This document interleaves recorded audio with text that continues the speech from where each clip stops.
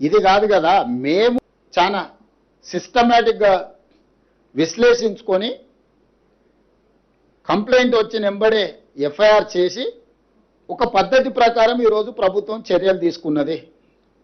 మా చర్యల్ని ప్రజలు కానీ కోర్టు కానీ ఎవరు తప్పుపట్టలే.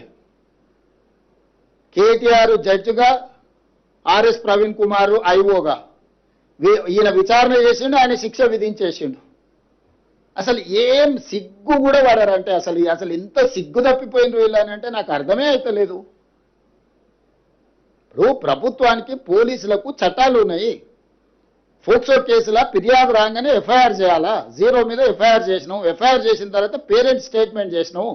24 అవర్స్లో అమ్మాయి స్టేట్మెంట్ రికార్డ్ చేయాలి.